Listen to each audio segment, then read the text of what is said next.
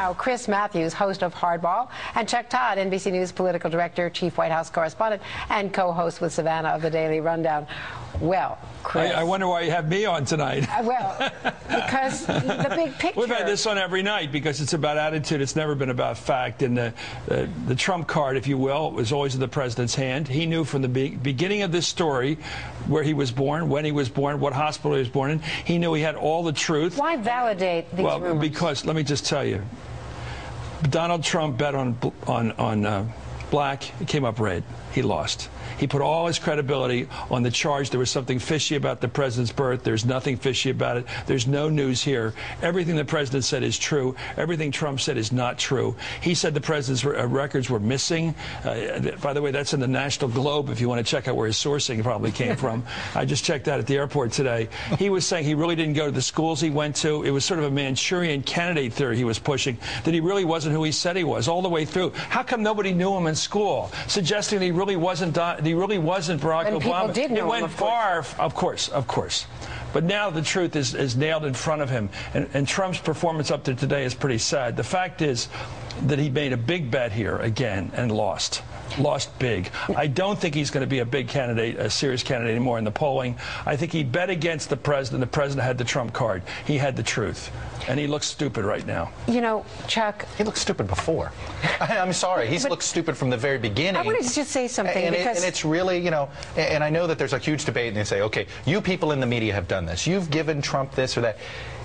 Look, there's a lot of guilt to go around. All right, we'll on talking about this issue. Well, the president suggested today. The president laid it on the media, but you cannot starve. And the problem is, you have this two debates, and we have it internally all the time. You and I have had these debates. We have them with our bosses up in New York. You and I have had these. I don't have a debate because I think there's a lot of attitude. But it's never been. No, I understand on this issue, but I'm talking about various stories. How do you play it? How do you cover it? When do you cover a story? When do you starve a story? When do you say no? Our job is to sometimes not say that you're guilty until proven innocent. But when half the Republican field says that they believe this nonsense. Let me tell you why. That's exactly it. This has been informative about the attitudes of some people in this country who can't accept Barack Obama's president. Yes, it's been sort of a roach motel. A lot of African Americans it's a roach feel motel. As if this is a racist charge. Of course they do. It's not just African Americans. I've got to tell you that the people writing to me and the people tweeting to me, they think they are obviously missing the irony, the sarcasm, and everything else that we've been doing here for the last couple of months. But they think that this is a racist conspiracy. Right. To somehow that a white president would not have been asked to do. And John you know McCain. something? A lot of White House people are saying that to me too, white and black. And I can't argue with that. That if this were a white president, this whole issue would never. And remember, John McCain had more questions about whether he met the issue of naturalization. So what is this exposed? It's exposed people who want to believe ridiculous stories about the president because they cannot accept his legitimacy. Chuck, let me just play a little bit of what Barack Obama, August 29th, said to Brian Williams about this very issue. Watch. I'm not going to be worrying too much about whatever rumors are floating on out there. If I spend all my time chasing after that, then I wouldn't get much done. I can't spend all my time with my birth certificate plastered on my forehead.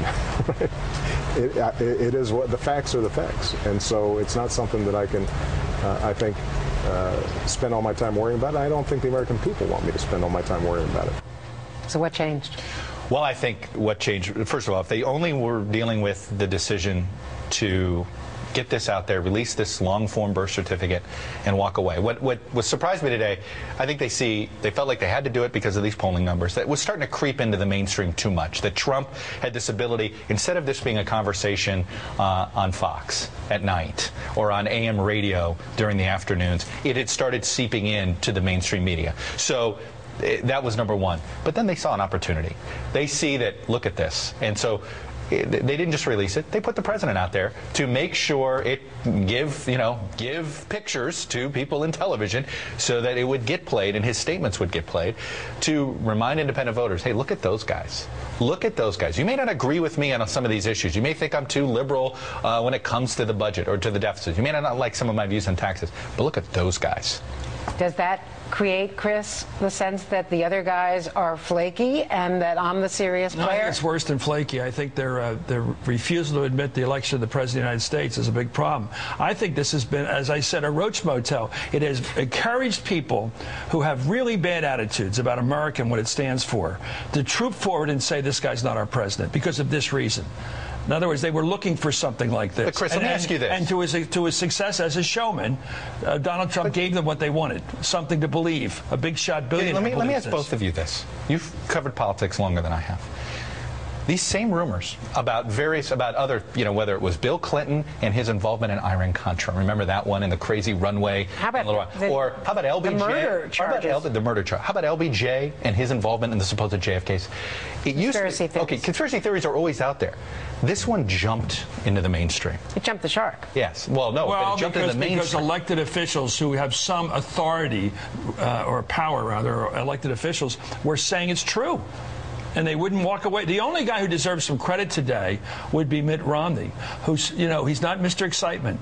But from the minute this was put to him a couple of weeks ago, he said, there's nothing to it, drop it. He didn't play the game they all play, which is, well, I do have some questions, or all these sort of... Take him at his word. That one is always like, you're like, what are you saying he said the guy's an American.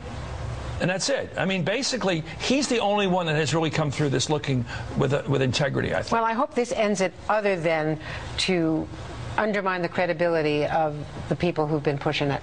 Chris Matthews. I think so. Thank you. Thank you for your passion. I think it's finished with the people in the middle. Insight. I think your reporting's actually right. About 10 to 15% of the people in the polling had honest questions that had been raised because there's been so much ruckus about this. But I tell you, I'm with those people who believe that the people over there in that group that really like this story, who believed it because they wanted to believe it, have a real problem with what this country stands for. More on Hardball. Right. Thank you very much. Right.